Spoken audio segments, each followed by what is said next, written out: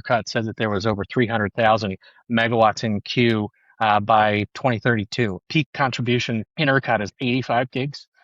So that's 4 times the amount of power that ERCOT already experiences. I have family in Medina County, and they're adamant that the 6 data centers are going to wreck their grid. Behind the meter power is going to be one of the only viable solutions to do that at scale.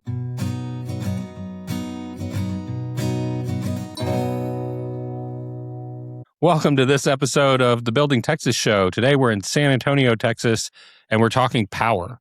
And some say energy. I like power. But we're visiting with our friend Nash Whitney from Stella Power Company. Hey, Justin. Nice to be here. Well, I'm thrilled to sit down with you. We've talked over the years about big distribution and the ERCOT grid and the need for businesses to really understand where they get their power from. So I'm thrilled to sit down with the audience today and talk about what it is you do at Stella Power Company. Yeah, no, thanks. Stella is a relatively new company to the space, but myself, as well as all of the people who are part of Stella, have been in the energy space all of our careers. So it's a new name, but built on decades and decades of experience, know-how, and expertise. And in that expertise is really behind the meter power. And when I say that, people say, what does that mean?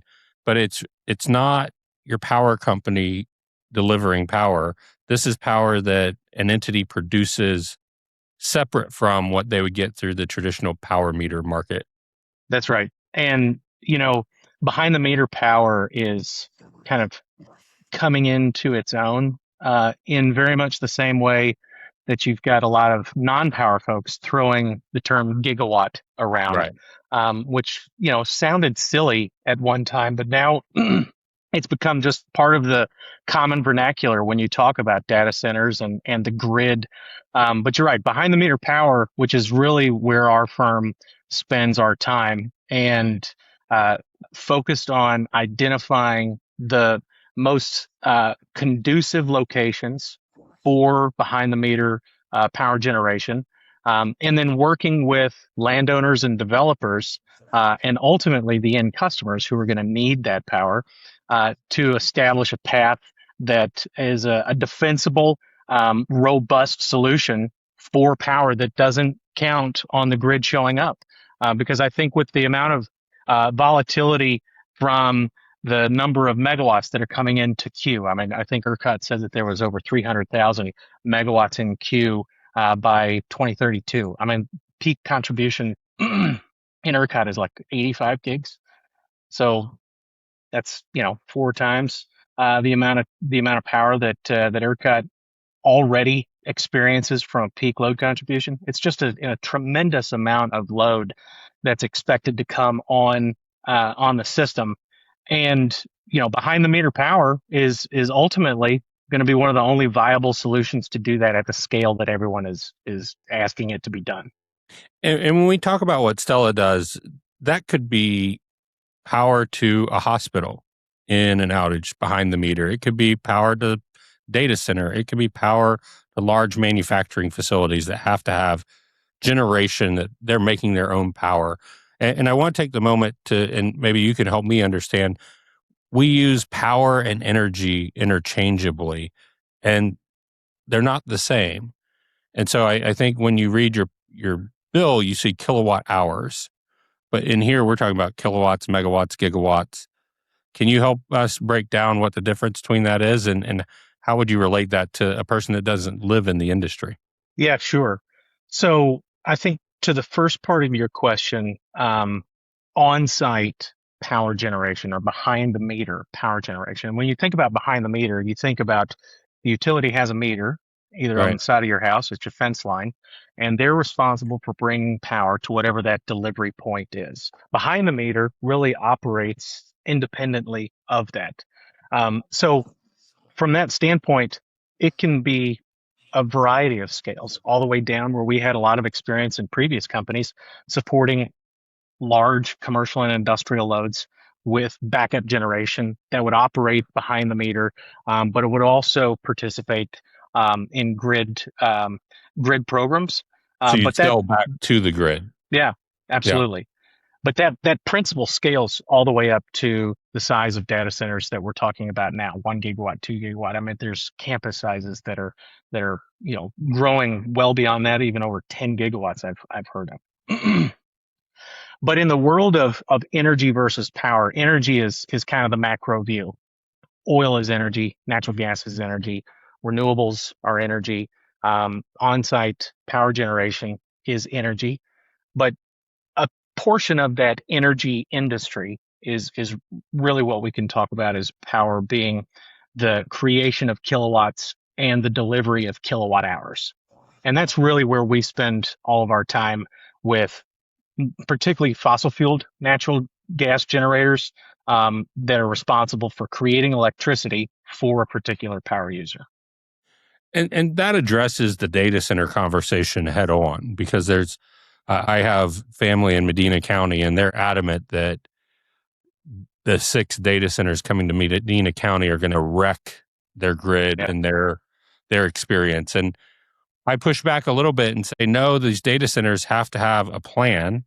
They yep, have to have a solution that ensures they can provide their own power in a backup situation, but that they're not overtaxing the residential grid, which really looks different than yeah.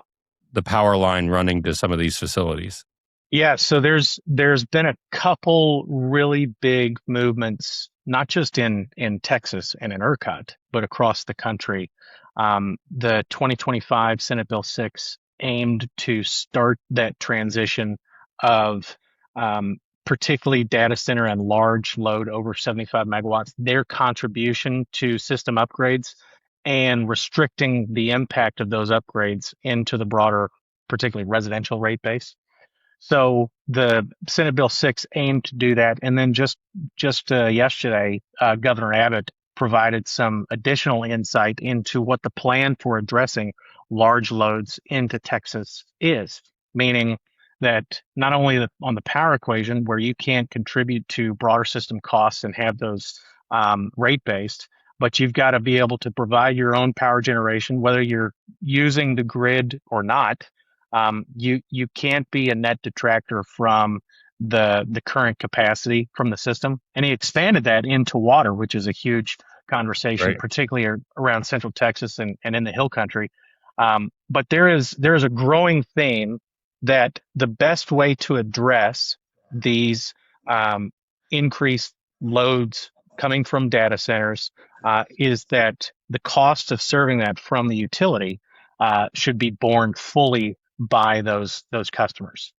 And if you dive into that a little bit deeper, there's actually, I think, an advantage of forcing the data centers, not just from a socialized cost perspective or avoiding a socialized cost perspective from system upgrades, but just from a pure project capital deployment perspective, because there's many utilities across the country that are slapping non-refundable deposit requirements down on data centers to the tunes of hundreds of millions of dollars for substations that they're going to need to go build. And Right. it's upfront. They don't commit to a schedule. And one of the things that behind the meter generation unlocks is, in a broad sense, the avoidance of that lumpy capital deployment on something that you're not going to own, you're not going to operate, and ultimately somebody else is going to be responsible for maintaining and delivering. And by the way, the reliability requirements that a lot of the data centers are asking for, I'm not sure that there's any utility in the country that signs up for availability requirements. I think there's a market shift, both in terms of the awareness, because I think a lot of the data center folks in the industry were really trying to make sure that there wasn't latent utility power that existed still in the country, because obviously that's the first way to serve their preference for the first way to serve load. But I think with the growing shift in terms of how utilities are treating these requests, they're actually helping catalyze the awareness and education that these large load users have on the advantages of behind the meter power. Absolutely. And I experienced this in my utility days when crypto production was a big thing. Yeah. And we wouldn't touch it unless they prepaid for everything. And we're definitely not going back to the membership in the co-op world or the rate base in IOU world. We're not having them pay for that. And I think that's a great distinction, that it is, the burden is on those centers that are going to be consuming it to provide their own power and not be a detractor from the broader residential grid. Yeah. No, there's a peak to the efficiency curve and broader economic impact for Right. how end customers deploy capital, how the local ecosystem of businesses and people can benefit from that without burdening themselves with marginal costs due to these installations, and how service providers can help catalyze and accelerate the deployment of these large loads that bring additional tax revenues into their local economies. So there's a peak out there to the economic efficiency curve. We feel that a contributor to getting to that peak is behind the meter power, and we I think we sense that it's starting to move that way.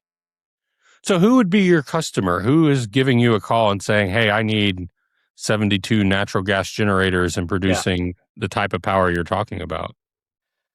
Yeah. So one distinction about Stella is our business model is to develop, design, own, and operate power plants over a long period of time. We've got partners. We're part of the Arroyo Energy Investment Partners firm based out of Spring. We have a sister company called Mesa, which actually manufactures their natural gas generators in San Antonio. They're based out of Loveland. They have manufacturing in Cheyenne, Wyoming, and San Antonio, which I think is a great story for supporting load growth in Texas. But the end customers that we're talking to are the hyperscalers and everybody 2, 3, 5 levels down from the hyperscaler world. And who's a And hyperscaler? It's just a yeah, so term. a Microsoft, an Amazon, a Meta, a Yeah. Google, kind of fill in the blank. The Right. big Big name. users that are responsible for leasing a lot of space in provider buildings. And then below that, there's a variety of strata, so to speak, in terms of the value add to the data center industry, whether they're building a building that other people bring their own equipment in, and then you're leasing compute, or you're providing kind of the raw boundary conditions for a larger firm to come in and build their own outfit. So there's a whole world of data center and large load out there. But I don't think the power equation is restricted really to data center. I think that's just kind of Right. occupied the mainstream, news threads. But there's a tremendous amount of reshoring in manufacturing capacity that's coming back to the U.S. And they're encountering the same levels of a constrained grid as the data centers are.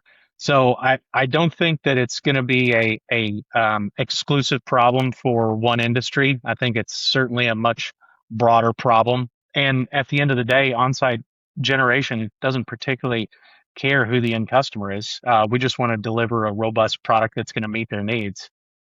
And we learned a lot during Winter Storm Uri back in 2021, which seems a lifetime ago at this point. But it definitely opened the common Texans conversation around, oh, what's ERCOT? Now everybody knows Yeah. ERCOT. And then it really drove a lot of conversation, and some of it positive, some of it still needing education around how does Texas see this growth. And even the residential growth is a strain on the grid at some level because it has to be distributed. And so I see more and more people, more business owners having that risk reduction conversation around behind the meter power and how they can be independent of the grid if we had another Winter Storm Uri situation. Yeah, no, absolutely. I mean, that one event probably raised the awareness for how an energy only market works to the average Texan almost overnight, Right. because the folks that didn't know that they had exposure into the wholesale market very quickly realized that they do. And I think ERCOT being as unique of a market as it is, is one of the few places where the market can drive signals for investment. I'm a fundamental, um, you know, Chicago school economics believer.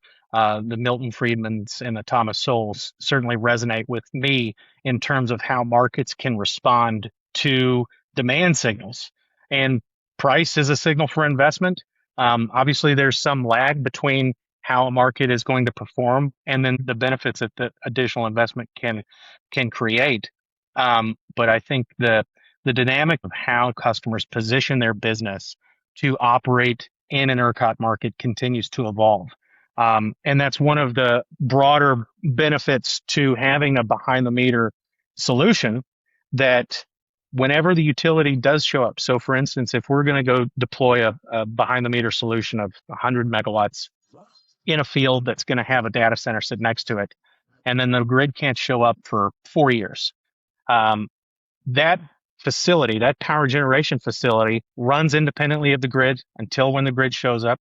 The grid shows up, and now all of a sudden, you have a captive hedge against real time price spikes of the ERCOT market, which actually allow you to get the lowest cost power that you could otherwise go buy out of the retail space.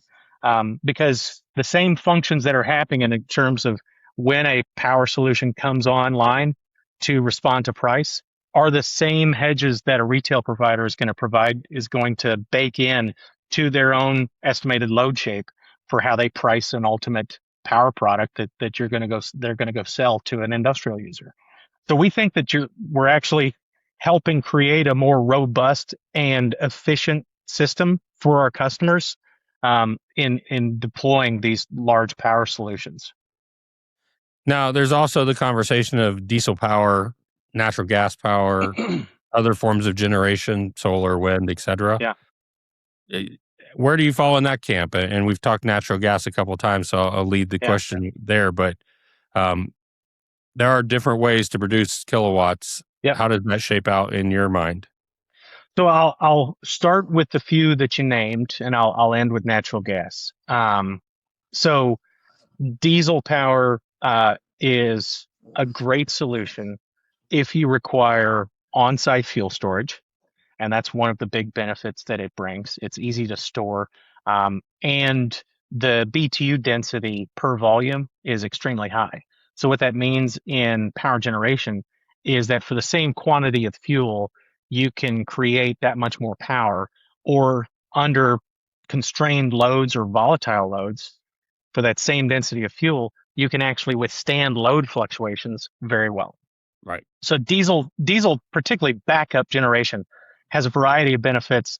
And look, there's a reason why Caterpillar and the other OEMs are still sold out of diesel generation, because that is a industry standard for on-site fuel storage, backup generation for critical loads.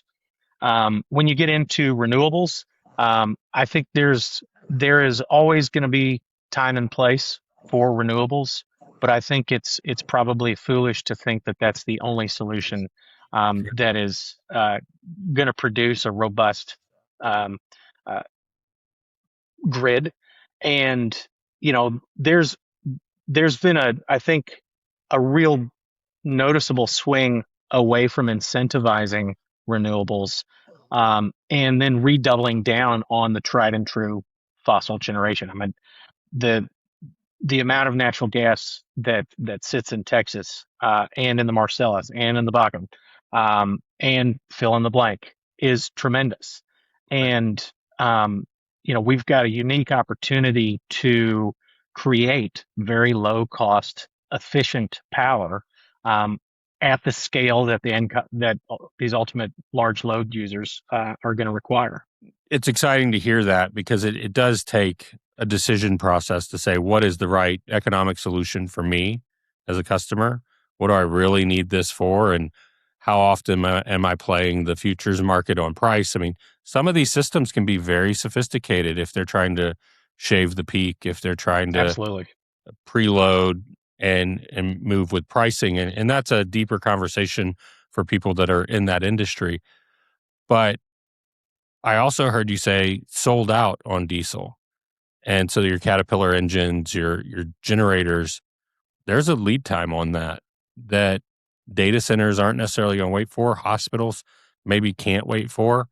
And I continue to see having multiple solutions in the market lets people like Meta use multiple solutions and reduce risk across, hey, we have this option, we have these options, et cetera. That's exactly right. Yep.